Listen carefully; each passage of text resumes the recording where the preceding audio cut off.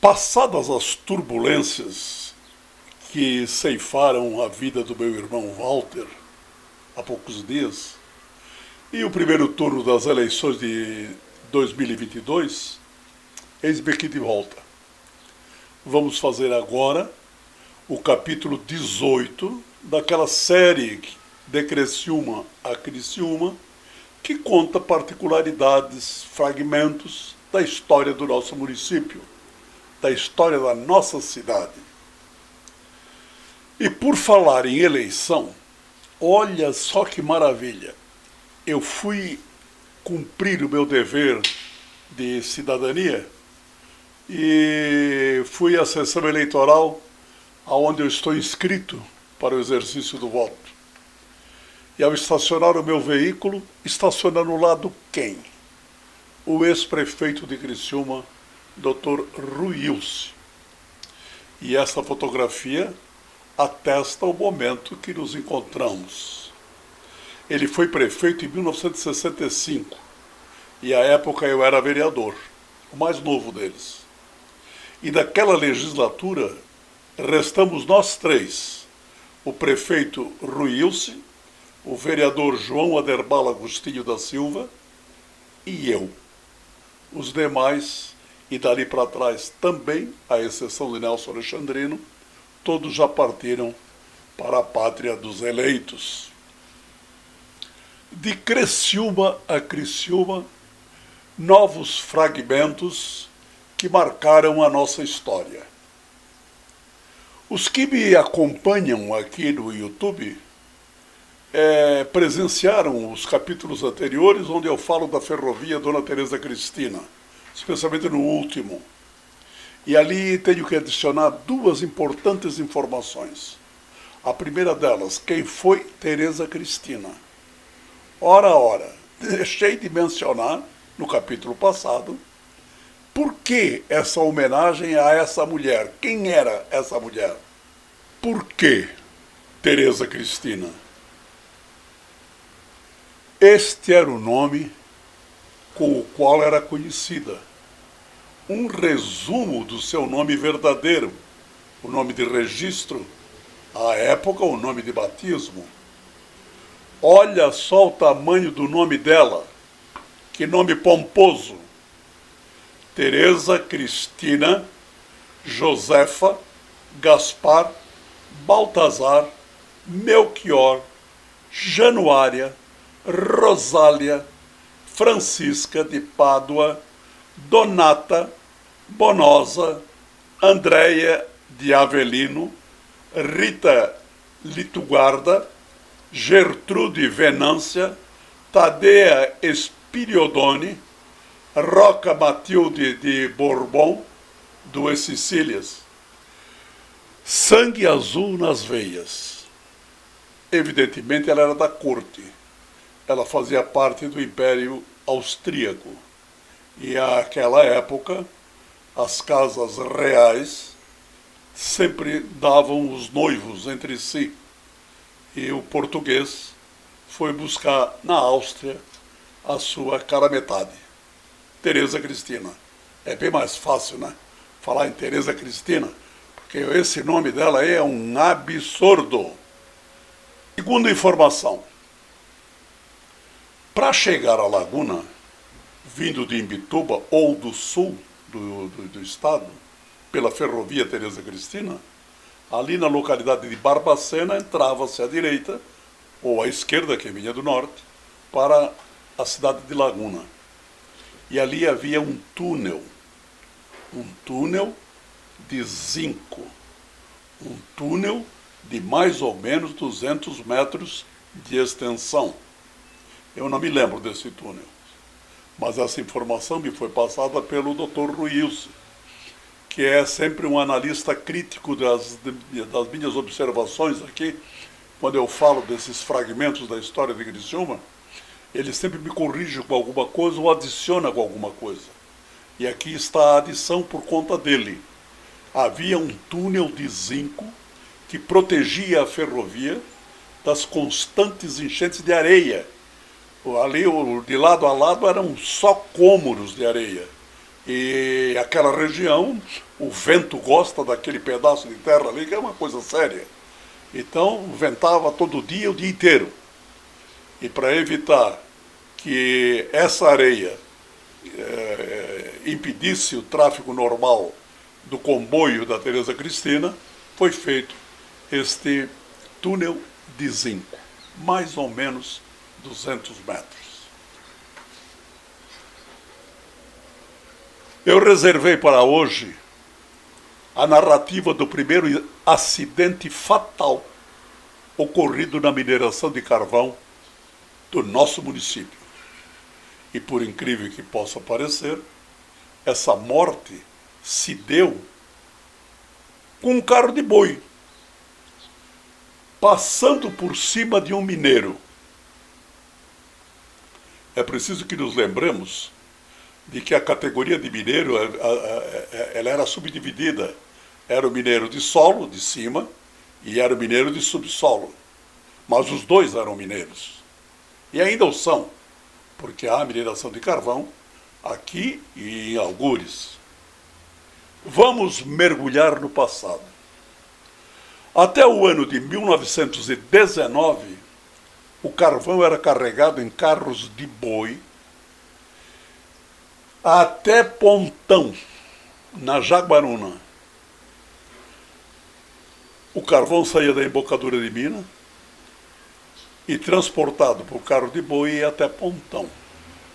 Para chegar a Pontão, evidentemente que ele fazia o trajeto Morro da Fumaça,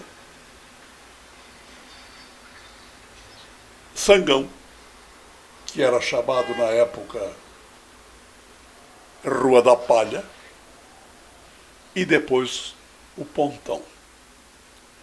Até Morro da Fumaça levava-se pelo menos meio-dia. Então, para evitar o calor que castigava muitos animais, esse carro de boi viajava à noite. Ele deixava Criciúma ao final da tarde e atravessava à noite até Morro da Fumaça.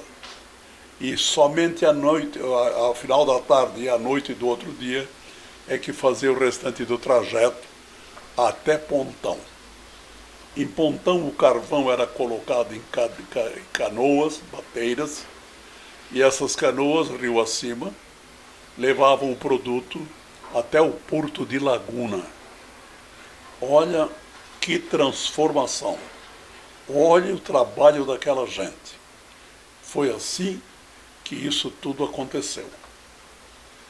Só a partir de 1921, a hulha negra, o nosso carvão, era embarcado nos vagões da Teresa Cristina, no pátio da estação ferroviária que ficava localizada onde hoje nós temos o terminal central de passageiros de Criciúma. O carvão era trazido até ali por carro de boi, 1 tonelada de carvão em cada carrada, e dali ali ele era depositado e depois paliado, quer dizer, jogado com pás para dentro dos vagões da estrada de ferro Dona Teresa Cristina. O primeiro acidente com morte na indústria carbonífera ocorreria fora das galerias, fora das minas. Ocorreu em 1934. Um acidente com um carro de bois tirou a vida de um homem de 39 anos.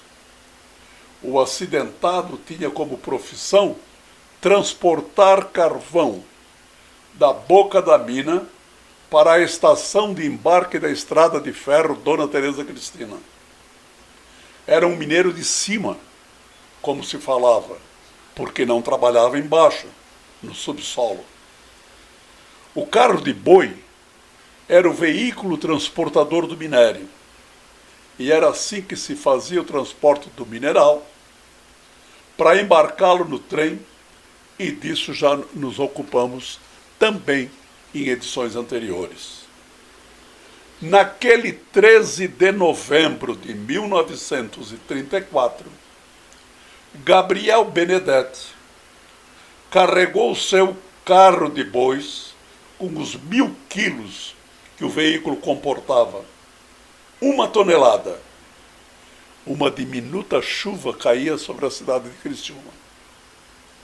Ele deixou o pátio da mina Ouro Preto, de propriedade de Júlio Gaidzinski, que ficava ali onde temos hoje o Hospital São João Batista. Ele deixou o pátio, com o carro carregado, deu a partida chamando os bois pelos nomes. Vamos, Barroso! Vamos, Estrelo! E deu a partida. Os bois, acostumados com a voz do seu Gabriel, obedeceram e só pararam na porteira do potreiro. Aquilo tudo era um grande potreiro que se estendia da atual Rua Hercílio Luz até atingir o bairro Mina Brasil, ou Cruzeiro do Sul. Lá aos fundos, dá uma reparada, o Hospital São José. Chama a atenção o potreiro, olha o gado pastando. Esse potreiro se estendia até o Hospital São João Batista. E foi dentro desse potreiro que o Júlio Gaidzinski fez a sua mineração. E foi ali que o Gabriel Benedetti foi buscar 1 tonelada de carvão para levar até a estação ferroviária para embarcar no trem. Na porteira, que estava fechado, né, chamada de cancela, o carro de boi parou de cantar. E o seu Gabriel desceu, abriu aquela cancela, deu uma palmada no traseiro de um dos bois, fazendo-o prosseguir para a estrada, hoje vereador Júlio Gaidzinski, e eles obedeceram. Os bois obedeceram. Um levou o tapa, mas os dois foram para frente.